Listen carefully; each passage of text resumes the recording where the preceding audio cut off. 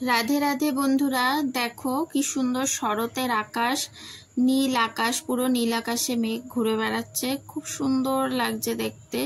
তাই দিনের বেলার একটা সুন্দর ভিডিও করলাম। তো সারাদিন কি করি একটু দেখাই। ঠাকুরের ফল এনেছিলাম, ফলগুলো ঝুড়িতে ঢেলে নিচ্ছিলাম।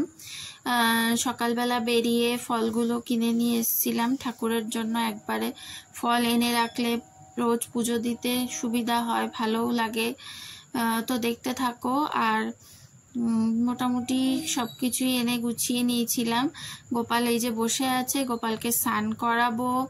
সব ঠাকুর জন্মাষ্টমী সাজে এখনো সেজে আছে, সব কিছু খোলানো হয়নি। গোপালকে স্নান টান করিয়ে পুজো দিয়ে, এই যে পুজোর ফুল সব কিছু গুছিয়ে গাছিয়ে নিয়ে পুজো দিতে হয়। গাছে মোটে 2টো ফুল ফুটেছিল, তুলসী পাতাও তুলে নিয়েছি। আর গোপালকে স্নান টান করানো কমপ্লিট, স্নান হয়ে বসে গেছে। আর পেয়ারা দিয়ে পুজো দিয়েছিলাম। তো পুজো টুজো দেওয়ার পরে এই যে দেখো সব ঠাকুরের ফুল টুল দিয়ে সুন্দর সাজিয়ে গুছিয়ে সুন্দরভাবে। আর গোপালের জন্য একটা বিস্কুট দিয়ে দিয়েছিলাম সারাদিনের খাবারের জন্য।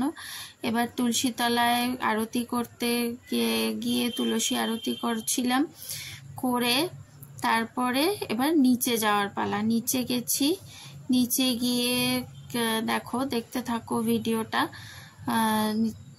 নিচে গিয়ে তারপর ওই যে দেখি মা তাল চালছে। এটা এবছরের শেষ তাল, মানে আমাদের বাড়িতে আসা শেষ তাল ছিল, আর তাল আনা হবে না, এটাই লাস্ট।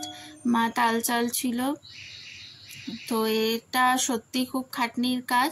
তো ওই দিন রান্না হয়েছে দেখো, উচ্ছে, পুঁই শাক, তারপর আলু ভাজা, তারপর ঢেঁড়স ভাজা, ডাল।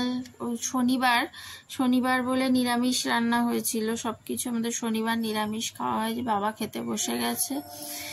তারপর রাত্রিবেলা এই যে নারকোল কোড়াচ্ছিলাম, কারণ কি তালটা করা হবে তাই। ভিডিওটা এখানেই শেষ। ভিডিওটা খুব বেশি লম্বা হবে না। তোমরা চ্যানেলটা অবশ্যই লাইক সাবস্ক্রাইব করো, ফেসবুক থেকে ফলো করো। এটা দেখো তালের ক্ষীর বানানো হয়েছে, রুটি দিয়ে খাওয়া হবে। রাধে রাধে, টাটা সবাই।